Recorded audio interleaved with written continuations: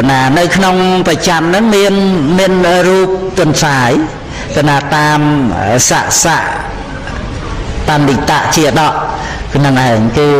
ជាដកសម្ដែងពីស័កស័កបណ្ឌិតហ្នឹងកាលដែលព្រះបរមពុរិស័ទកើតជាសត្វទន្សាយហ្នឹងហើយឥន្ទ្រព្រាហ្មណ៍ហ្នឹងមកជួយបំពេញទានបារមីព្រះអង្គមិនអាចថាមានត្រីមានសាច់មានស្អីឲ្យទានបានក៏ឲ្យឥន្ទ្រព្រាហ្មណ៍នឹងប្រកាសភ្លើងហើយព្រះអង្គលោតចូលភ្លើងបរិភោគបរិច្ចាគសាច់ឈាមនឹងឲ្យព្រាហ្មណ៍នឹងបរិភោគប៉ុន្តែប៉ុណ្ណឹងក៏បានហើយគ្រាន់តែលោតចូលភ្លើងប៉ុណ្ណឹងហ្នឹងហើយដោយសកទេវរាជនឹងជ្រះថ្លានឹងពុរិស័ទណាស់ពីព្រោះភ្លើងហ្នឹងលោតចូលទៅតិចហ្មងយីភ្លើងតាឯងក៏តិចអត់ក្តៅអត់រលាកអញ្ចឹងភ្លើងប្រអិនមានអីរលាកព្រោះគ្រាន់តែដើម្បីជួយឲ្យសម្រេចបំណងដែលចង់បំពេញនៅទេនហ្នឹងហើយក៏បានសម្រេចហើយព្រោះតាំងចិត្តបានប្រព្រឹត្តធ្វើទៅហើយក្នុងពេលហ្នឹងសកទេវរាជហ្នឹងក៏បានយកថ្មមនោសិលាហ្នឹងទៅគូរនៅនឹងមណ្ឌលប្រច័នអធិដ្ឋានឲ្យតាំងនៅរហូតអស់កັບកណាហ្នឹងគឺប្រវត្តិនៅក្នុងតិជាដកហ្នឹងមានអញ្ចឹងគឺថាយើងនៅឃើញស្នាប្រហោះរបស់សកទេវរាជនៅនឹងមណ្ឌលប្រច័នហ្នឹងសូម្បីអ្នកវិទ្យាសាស្ត្រដែលបានទៅត្រួតត្រាពិនិត្យប្រចាំហ្នឹងក៏ឃើញជាកំទេចថ្មផេះហ្នឹងឯងចឹងនៅនឹងឋានប្រចាំហ្នឹងចឹងប្រវត្តិរឿងរ៉ាវគឺតេតួងទៅនឹងការបំពេញទានចឹងពេញទានចឹងឯងបានជា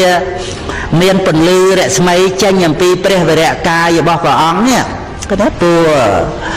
ខៀវលឿងក្រហមសហង្សបាតពណ៌ផ្លេកហ្នឹងឯងពណ៌ផ្លេកយើងបង្ហូតទង់ពុទ្ធសាសនាយើងរំលឹកពណ៌ទាំង6ហ្នឹងពណ៌ផ្លេកហ្នឹងគឺកាលដែលព្រះអង្គជាស័កបណ្ឌិតហ្នឹងហើយបរិច្ចាគជីវិតឲ្យទៅជាទេនហ្នឹងណាចឹងគឺថាជាការបំពេញបរមត្តបារមីរបស់ព្រះអង្គហ្នឹងបានជាដល់ពេលព្រះអង្គបានត្រាស់ជាពុទ្ធហ្នឹងមានពន្លឺចេញពីព្រះវរកាយព្រះអង្គហ្នឹងពណ៌ខៀវនឹងដោយការបំពេញដោយឡែកទៅពណ៌លឿងពណ៌ក្រហមពណ៌សពណ៌ហង្សបាតសិតតែជាការបំពេញនៅក្នុងទានទាំងអស់ទៀតឆាប់ប៉ុនរាំងសីចេញអំពីបារមីគឺទានឧបបារមីបរមត្តបារមីបរមត្តបារមីហ្នឹងគឺការបរិច្ចាគជីវិតនឹងឯងអញ្ចឹងគឺថាវត្តប្រច័នរាំងសីនេះបានរូបទន្សាយនៅក្នុងប្រចាំនឹងមួយដែលបញ្ជាក់ឲ្យឃើញថាជាការដែលបំពេញទាននឹងឯងហើយព្រះ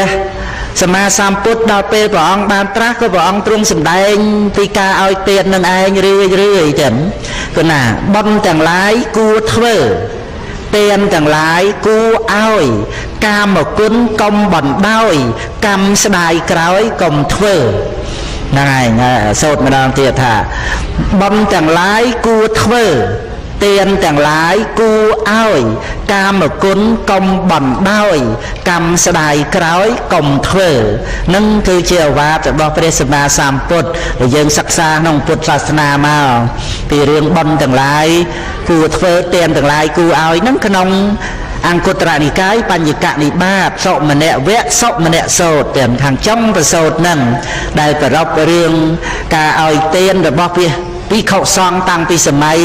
ពុទ្ធកស្សបៈមកទៀតភិក្ខុសង្ឃក៏ប្រព្រឹត្តសារានិយធម៌ឲ្យទានបានណាទៀតមានពីរអង្គមានសទ្ធាមានសិលមានបញ្ញាស្មើគ្នាប៉ុន្តែមួយអង្គហ្នឹងលោកប្រព្រឹត្តសារានិយធម៌ឲ្យទានហើយមកណែនាំមួយអង្គទៀតលោកមិនព្រមលោកថាបួសជាភិក្ខុហើយទៅខ្វល់នឹងរឿងឲ្យទានអីដល់អញ្ចឹងទៅមិនអាចញ៉ាំងគ្នានឹងគ្នាឲ្យព្រមទៅបាននៅតែជាមិត្តភក្តិនឹងគ្នាអញ្ចឹងប៉ុន្តែមួយអង្គលោកប្រព្រឹត្តសារានិយធម៌ដោយសារភារណៈភោគីលោកបិណ្ឌបាតបានលោកធ្វើទាន